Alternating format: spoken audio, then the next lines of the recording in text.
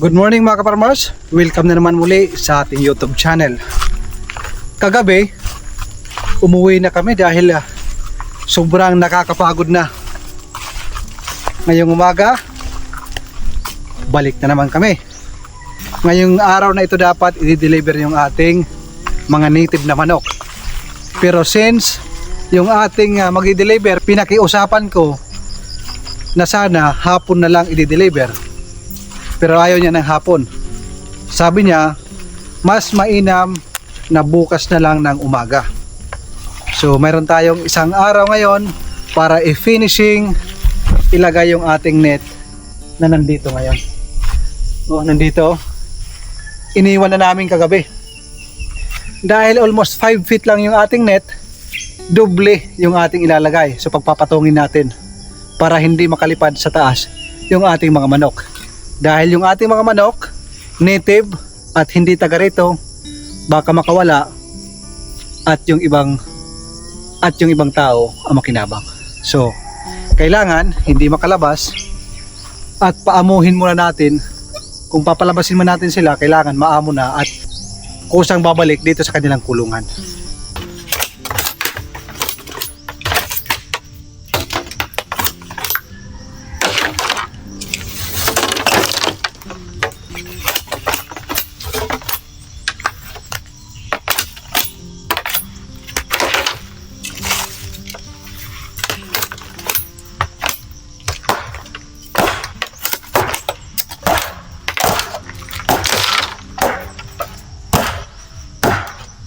Ito yung aming gagamitin ng mga kawayan para hindi makalusot yung ating mga manok. Yung taas mga kaparmers na hindi na pa ako kagabi, tapos na namin ginawa.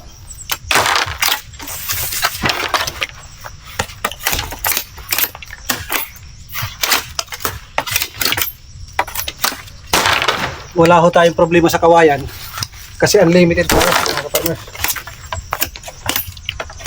Kung nakita nyo yung ating maraming kawayan, mas marami pa na kawayan ang inyong makikita mamaya. Magagawa natin ng maayos yung ating kulungan ng manok dahil instead na Sabado ng umaga, ngayong umaga na i-deliver nila, napakiusapan ko na pwede sa linggo na lang.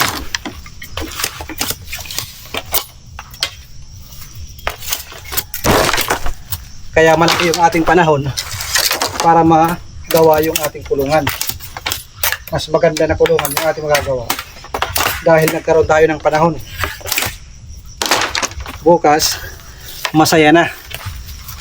Dahil meron tayong mga alaga.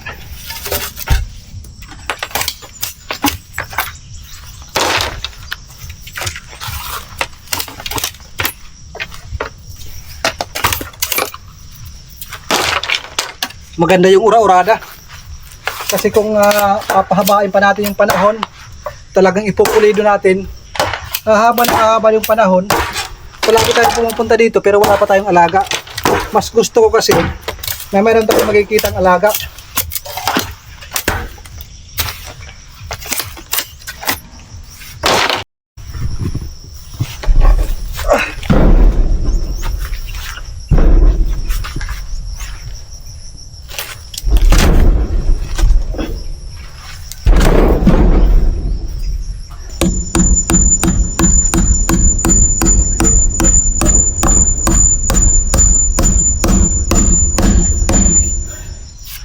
Sa kapal ba naman ito, kahit 3 taon, hindi pa ito mabubulok.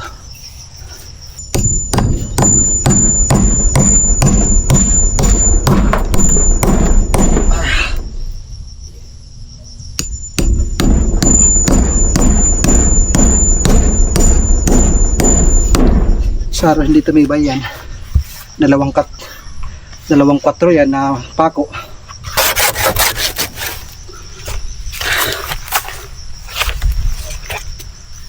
Makapal pa rin kahit sa dulo. Almost 3 ang kanyang kapal. Kawayan na ang kasunod.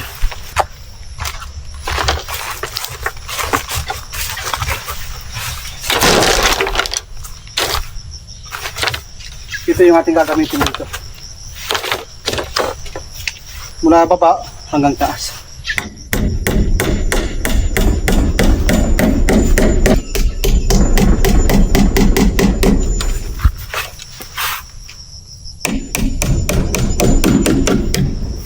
Matatapos dito mga kaparmers. Langgam nga, maliliit. Nakakatapos ng bahay nila. Tayo pa kaya?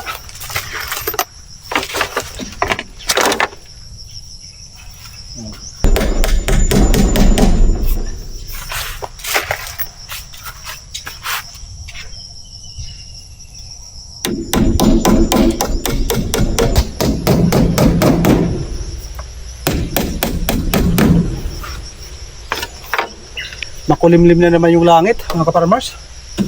Nagbabadya na naman ang ulan.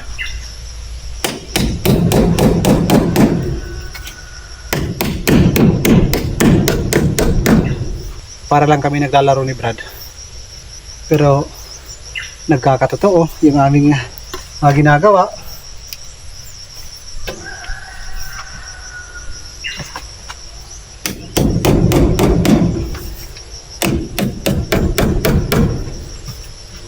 Isa pa dito, isa dito. Para siguradong hindi makalusot yung tungaw. Yung ating mga alagang manok. Okay na mga kaparmers. Ngayon naman, yung net. Gagawa tayo ng layout. Gagawa ng poste para mailagay na yung net. Lagay mo doon sa kabilaan. Pa-straight. Mula doon sa puno ng poste. Okay.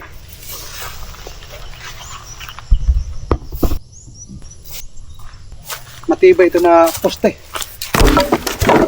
Bayabas mga kaparmers. Gawa natin ang poste dito mga kaparmers. At saka dito sa kabila.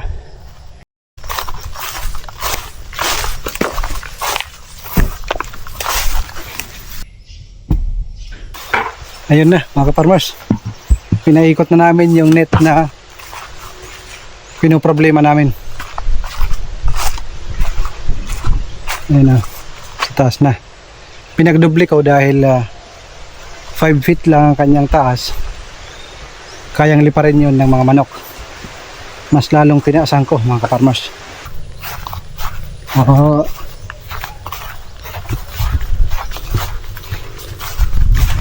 Uy! Tumibo ka.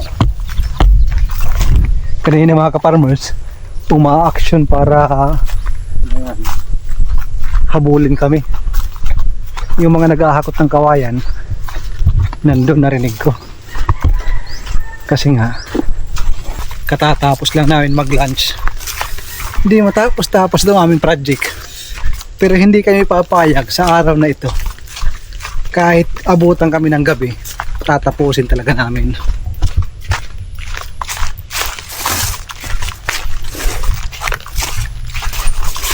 Ito yung ating mga kawayan. Nabawasan na. Nagamit na yung iba doon sa ating kulungan ng manok. Ito naman yung marami pa? Daw pa? Hindi na mag-iiha. Pis katarugan laan ay.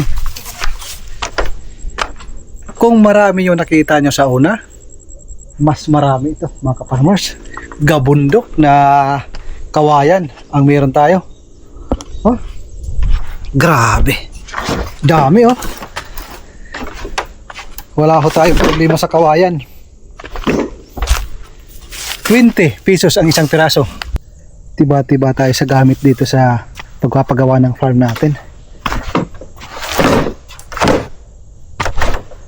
Mayroon pang natitira, sabi nila mga 20 plus ata. Dito na, bawasan na. Ayan, konti na lang. Balik muna kami doon sa aming ginagawa. Tuloy ang trabaho. Sana wag uulan.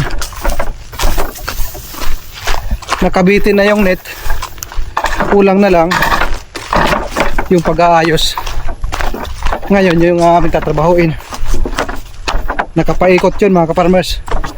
Kahit sa ceiling mayroong net.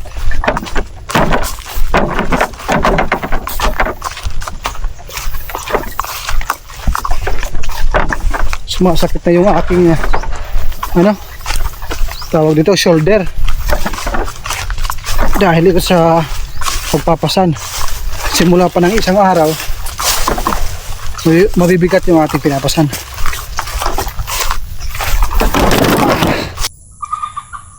Ito yung mabusisi mga kaparmers, yung pagtatahi. Pinagpatong ko yung dalawang net. Masyadong mababa yung 5 feet mga kaparmers, makakalipad yung ating mga manok. Ayun, natapos ko na paikot doon at lalagyan pa yan ng net sa itaas.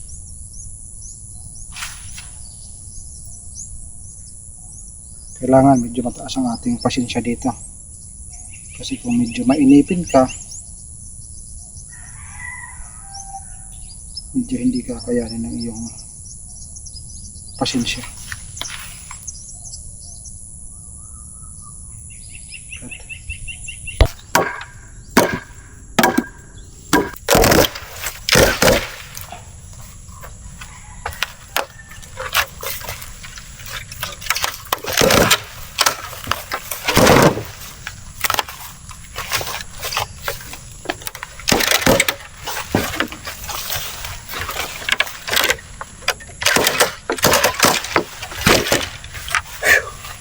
Gawin natin ang 4 yung isang kawayan.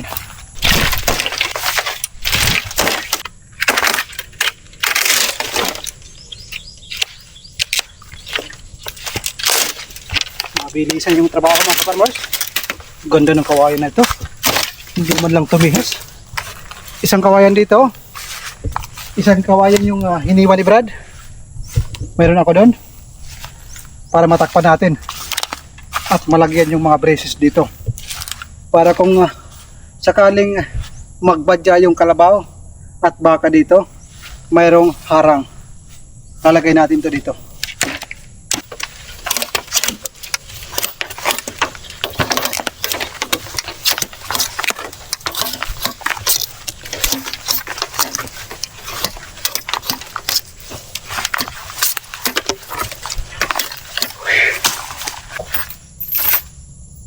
Ito yung gate mga kaparmers. Ito yung lagusan ng papunta sa bahay ng manok. Ha! Grabe mga kaparmers. Tuloy lang. Lagyan natin ng lupit para hindi masira.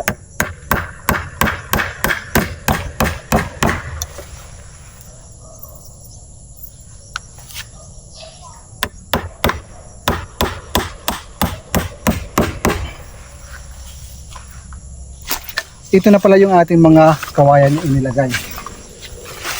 Since medyo alanganin itong ating net,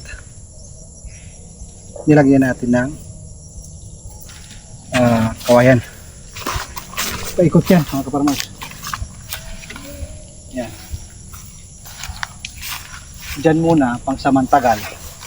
Tapos bukas o sa susunod na araw, meron akong 4 na net. 3 na lang. Tama, 3. Lalagyan natin ng butas, exit, papunta doon. Net na parang ganyan lang, pa-curve or triangle, na yung manok ang makakadaan. Paikot-ikot dyan sa ating lupa. Then babalik dito sa entrance. Parang exit dito, dito yung entrance. Bahala na sila mga kaparmers kung saan sila lalabas, sa entrance ba o sa exit, para mayroong twist ang ating munting manukan. Ito na yung loob, makalat pa mga kaparmers. Lilinisin natin yan. Lalagyan ng dapuan ng manok. Yung net na yan, iinatin yan. Tapos dito sa ibabaw, net yan lahat. Walang kahit ni isang manok ang makakatakas.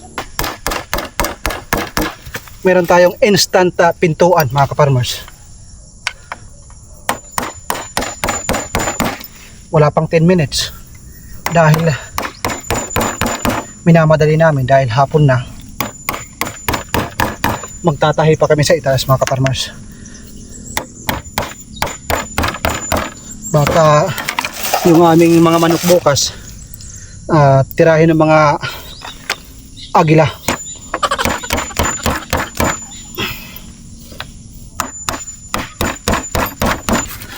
Yung sarap pag kumita tayo.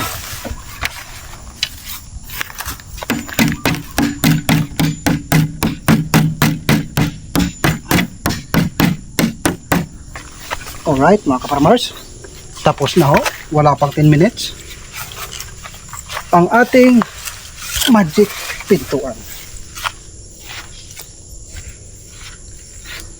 Akala nyo instant noodles lang ang mayroon din instant pintuan.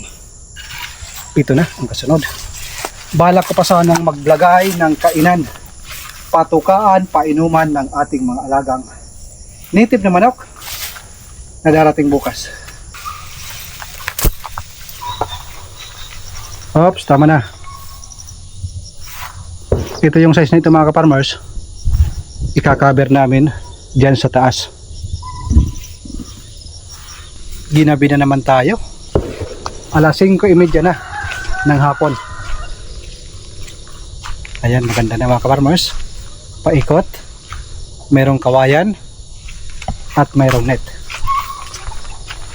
Sigurado ako hindi makakatakas yung ating mga alagang manok at yung iba pa na darating.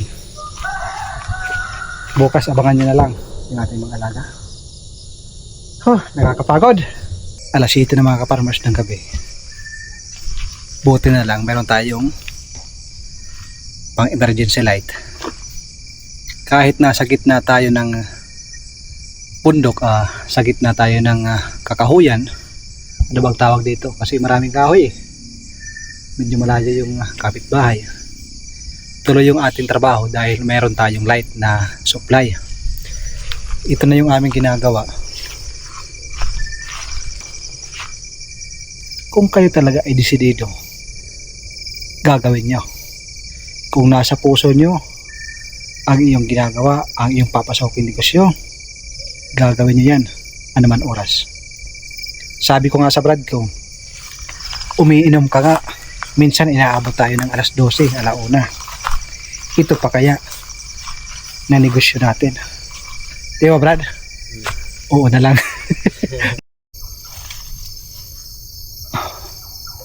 Grabe mga ka-farmers, wala pa kaming dinner. Alas 8 na pasado. Tuloy pa rin yung aming pagtatahi. Pakita mo nga, yun yung aming natapos mga ka-farmers. Ayan, ayan lang. Pinaiputan talaga namin. Talagang pinagtuunan ito namin ng oras, binigyan namin ng oras. Nilagay namin sa gabi. Inuna namin yung pagpapako kasi pag gabi hindi na pwede magpako dahil may ingay. Ito ayos lang kahit gabi na. Sabi ko nga sa sarili ko at sa brad ko, sa una kong company, sa trabaho ko sa abroad, nagtatrabaho ako minsan hanggang alas 2 ng umaga, hanggang alas 4 ng umaga, straight. Sa ibang company, ito pa kaya nasa akin to.